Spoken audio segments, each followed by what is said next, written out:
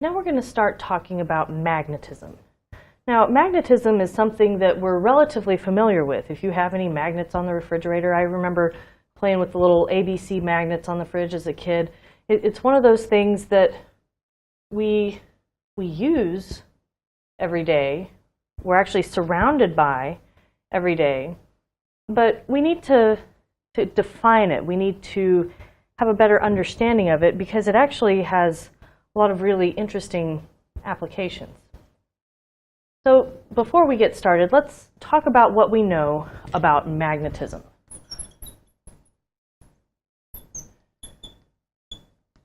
First of all, we know that magnetism deals with magnets, and magnets have poles. So we have a north pole and a south pole. We also call this a dipole. So hopefully that term is familiar from when we had a positive and negative electrical charge next to each other. We said that was a dipole. Well, when we're dealing with magnets, we say north and south together combined to make our dipole. And just by convention, north gets to be positive, south gets to be negative, just because. But are these north and south poles the same thing as positive and negative charges? No.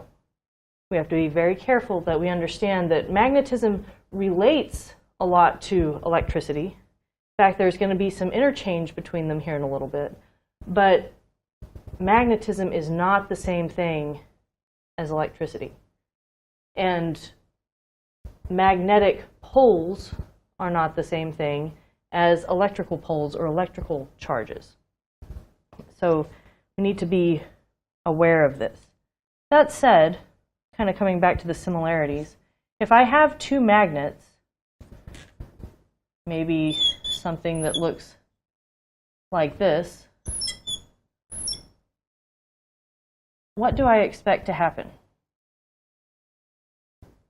Well, like poles repel and opposite poles attract. So if I put two magnets together that are north on north, I expect to have to really push to get them to touch. I expect there to be a repelling force between them. And similarly, if I have two magnets with the opposite poles next to each other, I expect to see this attraction. I expect these two to come together without any help. So with that in mind, let's consider the Earth. So if this is Earth, and I'm standing over here somewhere in North America, and I have a compass. So this is Earth, and this is my compass. What happens to the needle? Like what does the compass do? First of all, how does the compass work?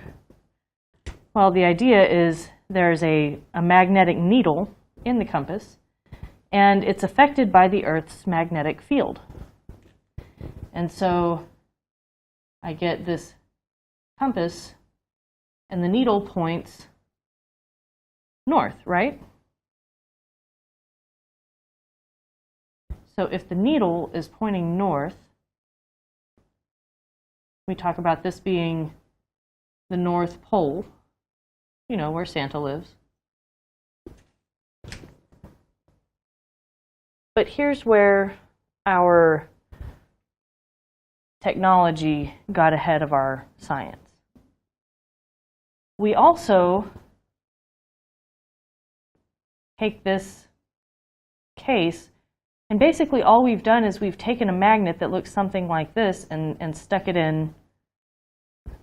into a compass. So what I've got is the north pole of a bar magnet and the south pole of a bar magnet, that orient themselves like this. If that's the case,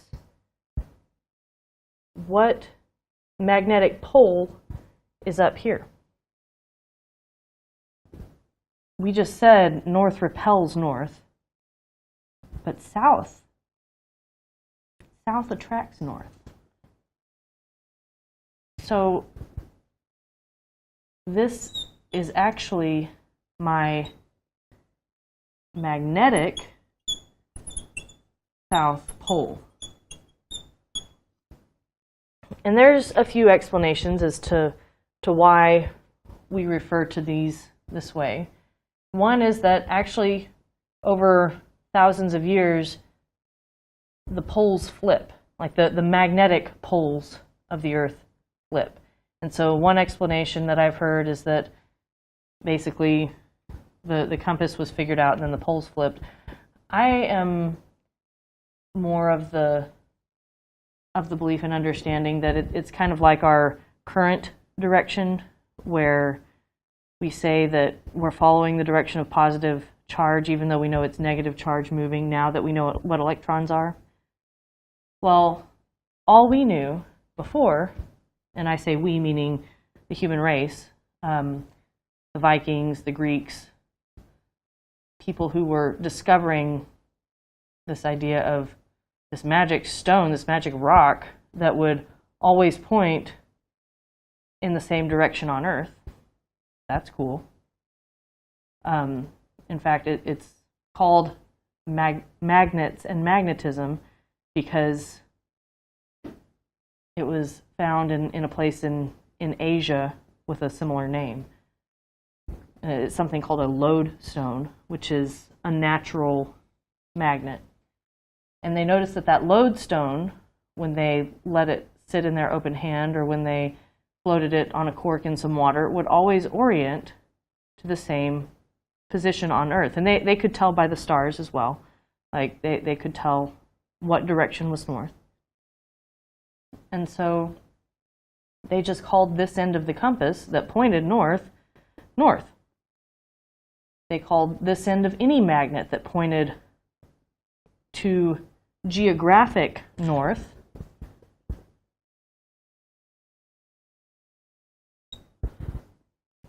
we just called it north. But we know that in order for this north end to be attracted this way, it must be the magnetic south pole. So this down here is going to be our magnetic north, somewhere down in Antarctica. And just as a little bit of trivia for you, the magnetic poles are very close to, but a little offset from, the geographic poles. The geographic poles are based on the axis of rotation of the Earth.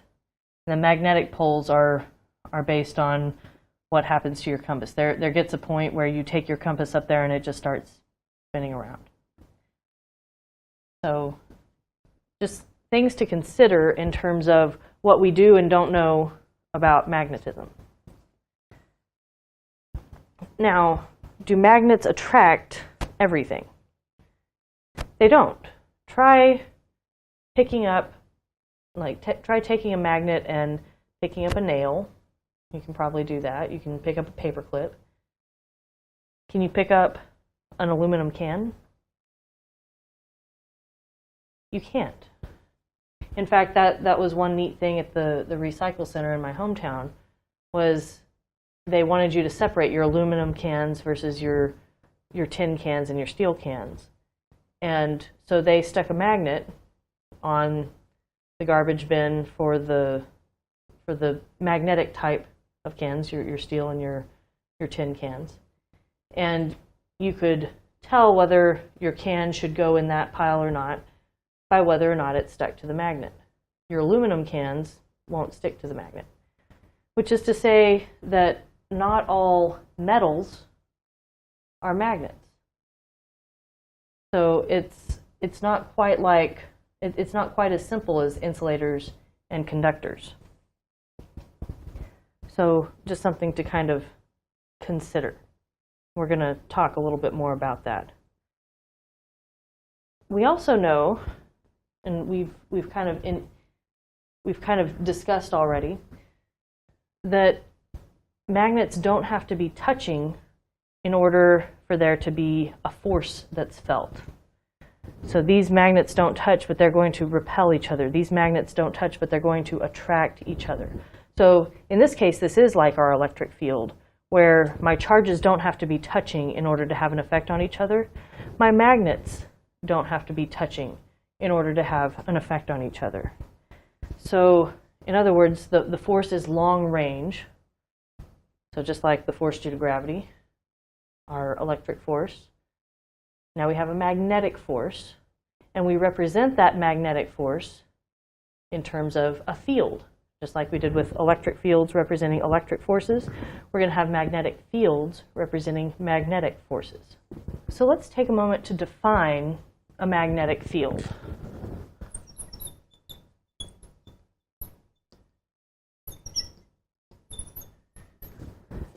So we're going to represent the magnetic field with the letter B.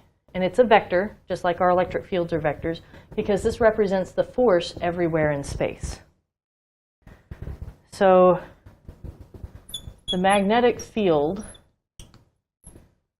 is created at all points in a surrounding space. So in other words, it exists everywhere. That said, its strength may fall off very drastically. So just like our electron produces an electric field that exists everywhere, any magnet is going to produce a magnetic field that exists everywhere, but where it has effect depends on proximity. So we can also represent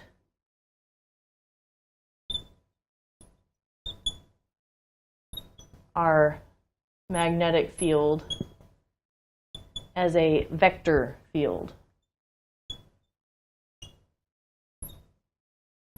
Remember how we played with our individual point charges surrounding a source charge? And we defined our electric field as the combination of all the different forces that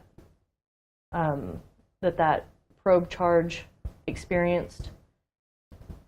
That's called a vector field, where you're combining a whole bunch of different vectors into one graphic, if you will. And that's how we can represent the magnetic field as well. The magnetic field exerts a force on magnetic poles.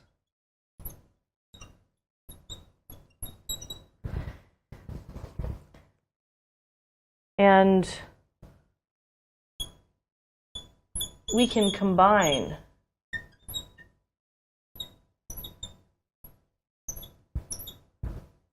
our magnetic fields.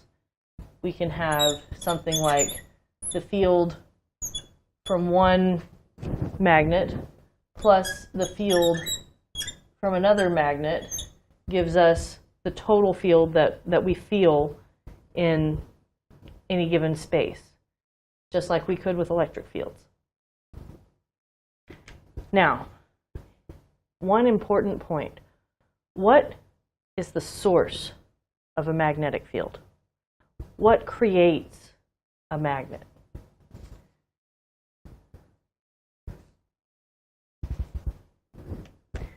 Is everything magnetic iron? No. In fact, you may have heard of electromagnets. What is an electromagnet? An electromagnet is where you have current flowing, and say current is flowing out of the screen at you. The way we represent that is when current is coming out at us is with a dot. So current flowing out of screen, page, board, whatever. I'll say out of page. Conversely, we have a case where maybe the current is flowing into the board, into the screen. So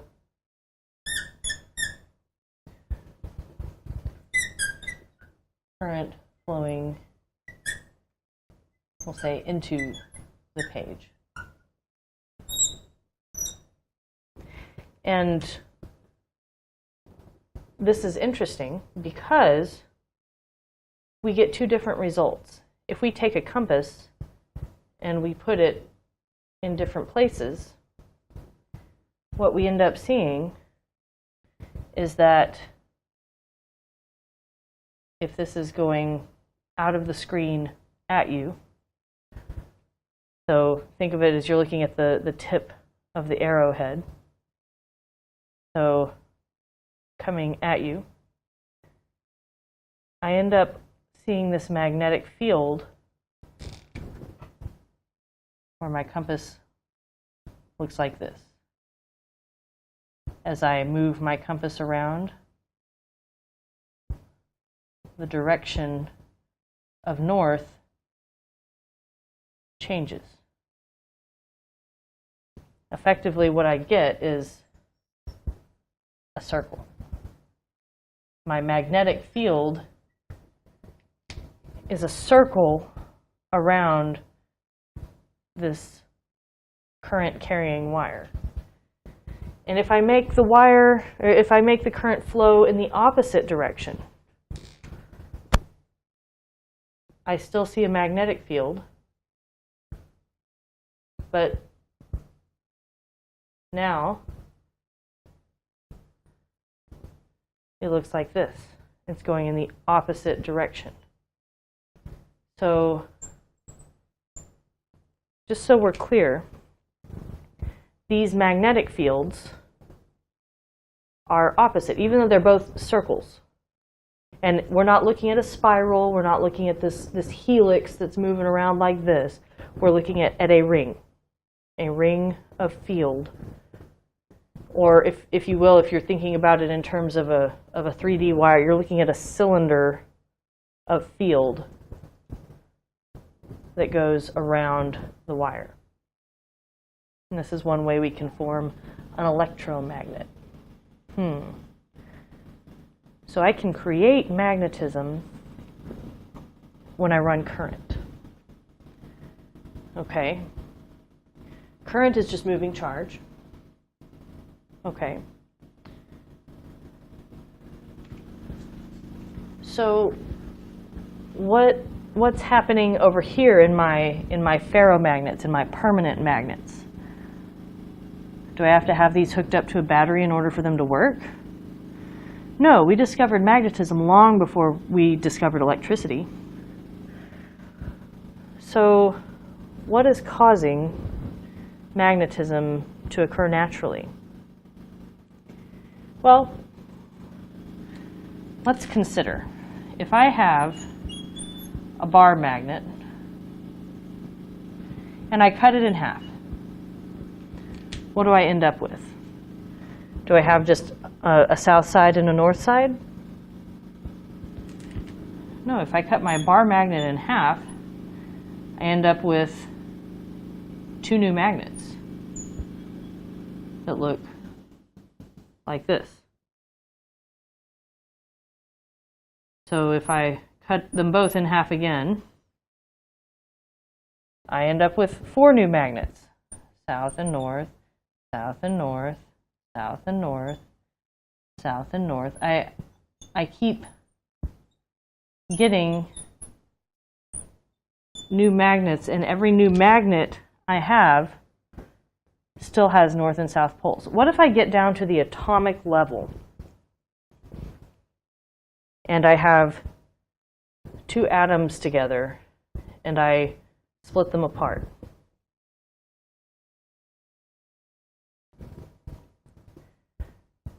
It turns out, even at that level, I still am going to have south and north. Because, as it turns out, the source of all magnetism is moving charge. So here I have charge moving in a straight line. How does charge move in a single atom if I have a single stationary atom? Well, I may have my nucleus, then I have my electron orbiting my nucleus. And as that electron orbits the nucleus, it creates a magnetic field. Okay, cool. So what about a single electron? If my electron is not part of an atom, does it have a magnetic field associated with it? It turns out it does, because electrons not only revolve around atoms, but by themselves they have what's called spin. In other words, they rotate about their own axis. Kind of like the moon rotates about the Earth as the Earth goes about the sun, or even the Earth itself. The Earth revolves around the sun, but the Earth also rotates about its axis as it travels around the sun. So we have this case where electrons are actually always moving. And so there's actually always a magnetic field associated with electrons because of the motion. So in reality, if everything is made up of atoms and electrons, why isn't everything magnetic?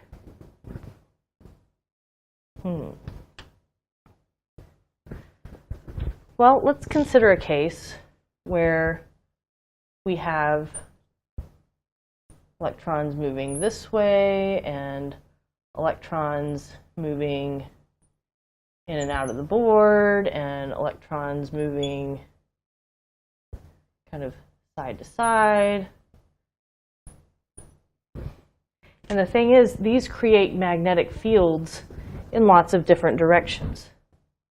So just like the direction of current flow created a magnetic field, a specific magnetic field here, the direction of motion of charge creates a specific magnetic field here. And so even though each one of these atoms individually has a magnetic field, if you will, a magnetic moment, they still are going to combine. Like we said, magnetic fields can combine.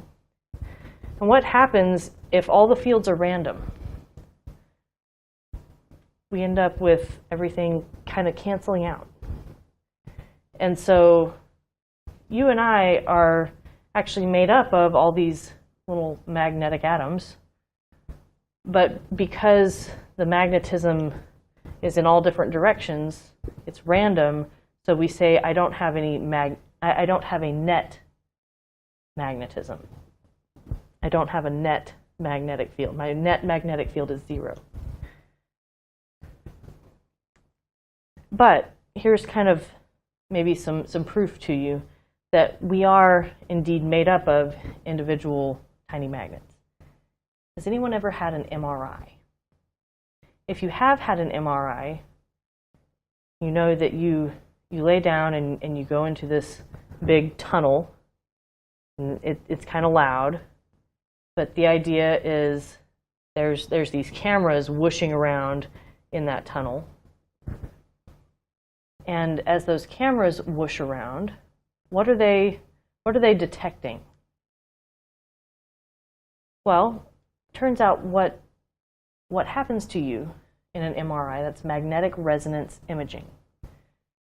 And effectively, that big tunnel is one big electromagnet.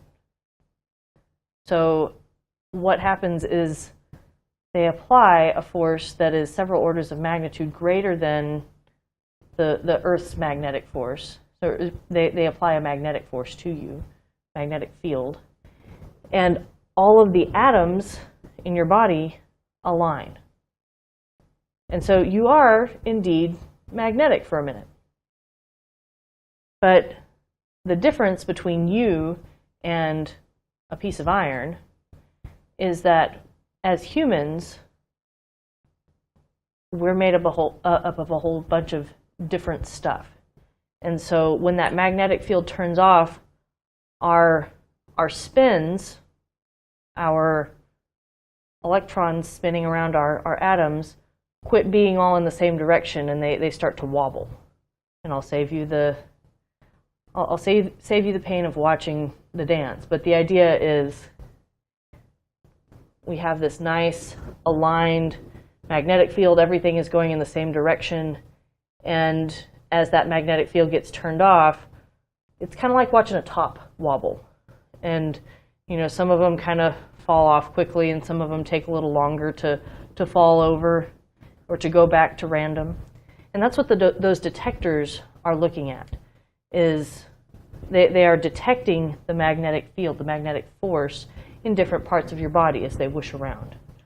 And different parts of your body, different types of material in your body, so maybe the solid calcium in your bones versus the soft tissue in your stomach, or the liquid in your stomach or wherever, are all going to have different rates at which they recess or at which they go back to random.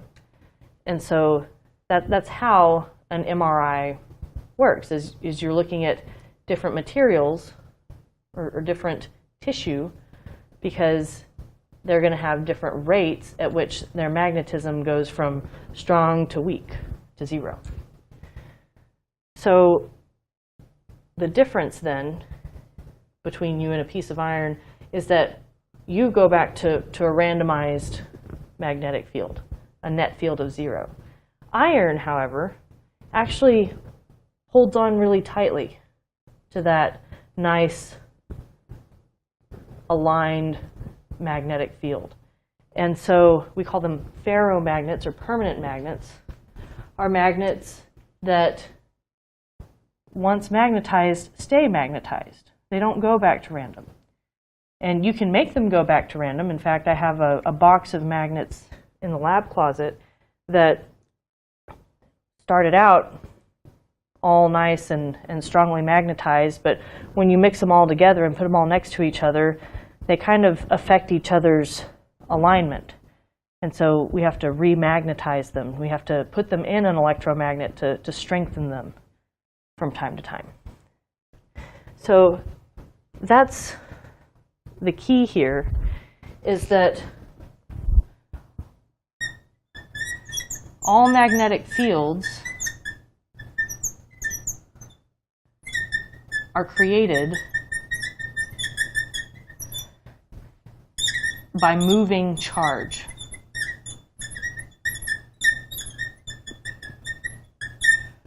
This one is actually really important. So that means current. Anytime we have current, we have a magnetic field associated with it. Anytime we have moving charge in space, there's a magnetic field associated with it. So again, our magnetic fields are going to exist everywhere. We represent them as vectors, just like we do electric fields. They add, just like electric fields do. Now, magnetic fields do not add to electric fields, and electric fields do not add to magnetic fields. We're talking about two different characteristics here. But both electric fields and magnetic fields do deal with forces. And what we're going to see in a little while is that those forces can combine. The fields do not, but forces can combine. But the big thing to make a star for in your notes here is that all magnetic fields are created by moving charge. If the charge is not moving,